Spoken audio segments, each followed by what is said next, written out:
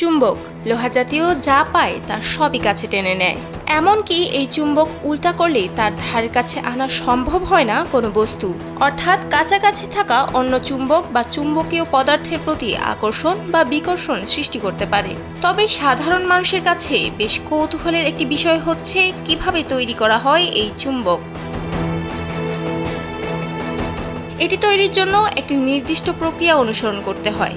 অবাক করার বিষয় হচ্ছে এই চুম্বক তৈরির সময় এর মধ্যে কোনো চুম্বকীয় শক্তি থাকে না। আর তাই প্রশ্ন থেকেই যায়, তাহলে উৎপাদনের সময় কিভাবে এর মধ্যে চুম্বকীয় শক্তি প্রবেশ করানো হয়।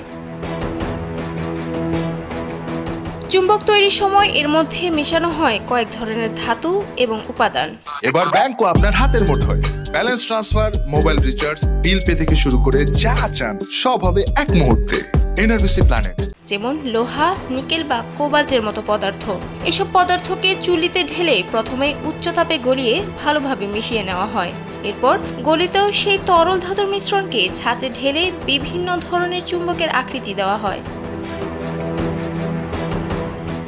গলিত এই ধাতু ঠান্ডা হয়ে জমে গেলে ছাঁচ থেকে বের করে আনা হয়। তবে তখনও সেই ধাতুতে চুম্বকীয় শক্তি থাকে না। চুম্বকে শক্তি প্রবেশ করানোর জন্য এতে একটি নির্দিষ্ট পরিমাণে চার্জ দিতে হয়। এই চার্জ মূলত একটি মেশিনের মাধ্যমে ধাতুতে দিলেই তাতে চুম্বকের শক্তির কাজ করতে সাহায্য করে। চুম্বকের দুই মাথায় বিদ্যুৎ চালনা করলেই এর মধ্যে চুম্বক শক্তির কাজ করতে শুরু করে।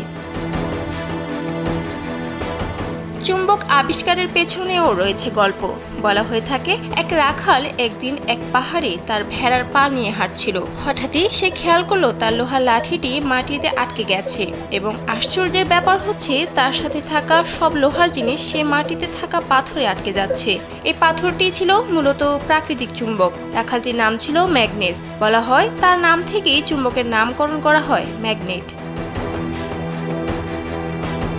ব্রিটিশ বিজ্ঞানী উইলিয়াম গিলবার্ট 1600 সালে প্রথম কৃত্রিম চুম্বক আবিষ্কার করেন। প্রায় 17 বছর ধরে চুম্বকায়ন এবং বিদ্যুৎ শক্তি নিয়ে গবেষণা করার ফলে তাকে চৌম্বকত্বের জনক বলা হয়ে থাকে।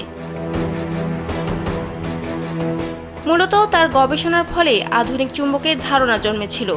তার ধারণা পুরো পৃথিবী একটি বিশাল চুম্বক। তিনি একসময় প্রমাণ করতে সক্ষম হন যে প্রাকৃতিক চুম্বক এবং কৃত্রিম চুম্বক কার্যকরী ক্ষমতা প্রায় একই ধরনের। তিনি একসময় ধারণা দেন যে লোহাকে চুম্বকে পরিবর্তিত করা যেতে পারে এবং এটি একসময় কার্যকর হয়। সাদিয়া সিদ্দিকা, কালবেলা ডেস্ক।